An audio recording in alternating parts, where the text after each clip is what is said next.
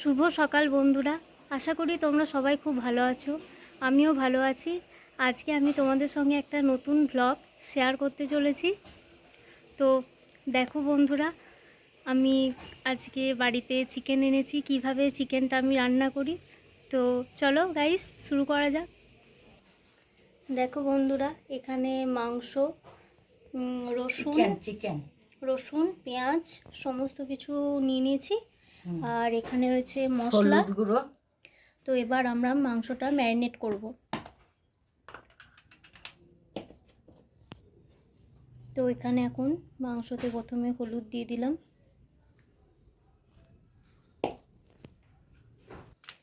এবার হলুদের পর জিরে গুঁড়ো দিয়ে দিলাম, এরপর দিচ্ছি আমরা ধনিয়া পাউডার,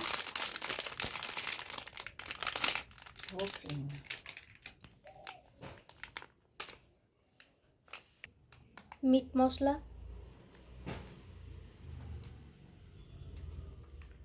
আর এরপর দিচ্ছি টমেটো সস, এরপর দিচ্ছি ফরচুনের সর্ষের তেল, এরপর দিচ্ছি রসুন কুচি, আর এরপর পেঁয়াজ কুচি। কিছুটা দেবো আর কিছুটা তেলের ওপরে দেবো। এরপর আমরা মাংসটা ম্যারিনেট করে নিচ্ছি। সবগুলোকে খুব ভালোভাবে একসঙ্গে আমরা মিশিয়ে নেব। আর হ্যাঁ বন্ধুরা, এটা আমরা বলতে ভুলে গেছিলাম, কাশ্মীরি লঙ্কা গুঁড়োটা আমরা দিয়ে দিচ্ছি এখন। আর এরপর পড়বে আদা বাটা। এরপর দিচ্ছি আমরা আদা বাটা।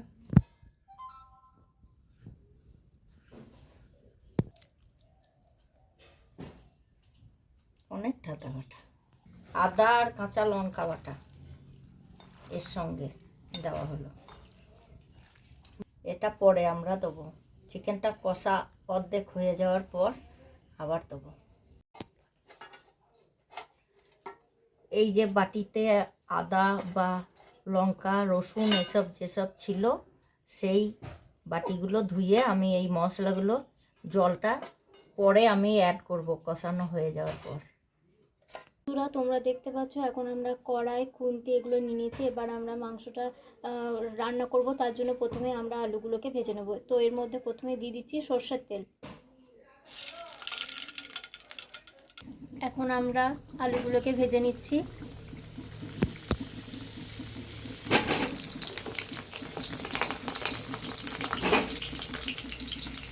সঙ্গে হলুদ দেওয়া হলো।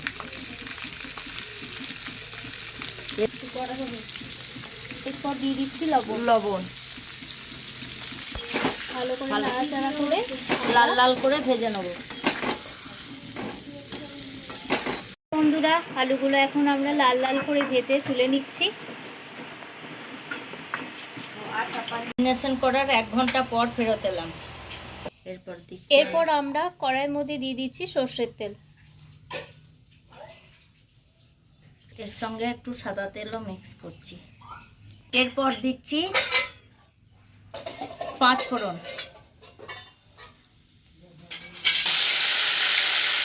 পর ম্যারিনেট করা চিকেনগুলো দিয়ে দিচ্ছি।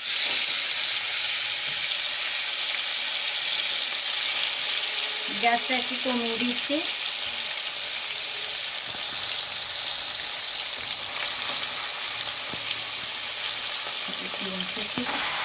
কষাবো। এরপর আমরা ভালো করে মাংসটা কষিয়ে নেব।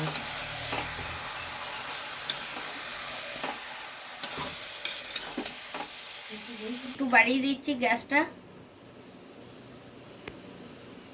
মাংসটা থেকে যতক্ষণ না জল বেরিয়ে আসছে ততক্ষণ পর্যন্ত আমরা এইভাবে কষে যাব এবং পরে নুন অ্যাড করব। আগে থেকে নুন দিয়ে ম্যারিনেশন করে রাখলে মাংসটা ছিবড়ে ছিবড়ে হয়, না হলে পরে আর সেদ্ধ হতে চাইবে না। আলুগুলো দিয়ে এবার আমরা খানিকক্ষণ কষে নেব মাংসটা। এই রান্নাটাতে কোনো জল অ্যাড হবে না। ঢাকা দিয়ে দিলাম। মাংস থেকে আমরা এখন দেখতে পাচ্ছি পুরোপুরি জল বেরিয়ে গেছে। এরকম করে ঢাকা দিয়ে দিয়ে আর একটু কষাতে থাকবো। পরে নুন দেবো ও বাকি মশলা ধোয়া জলটা ও পেঁয়াজ রাখা আছে সেই পেঁয়াজটা একটু দিয়ে দেবো। কি যে পেঁয়াজগুলো আছে সেগুলো সব দিয়ে দিলাম, লবণটা অ্যাড করলাম। এবার যে যার স্বাদ মতো লবণ দিয়ে দেবেন আপনারা। এরপর বাকি মশলা ধোয়া জলটা আমরা দিয়ে দিচ্ছি। এবার সব হয়ে গেল, আমাদের চিকেন কষা রেডি।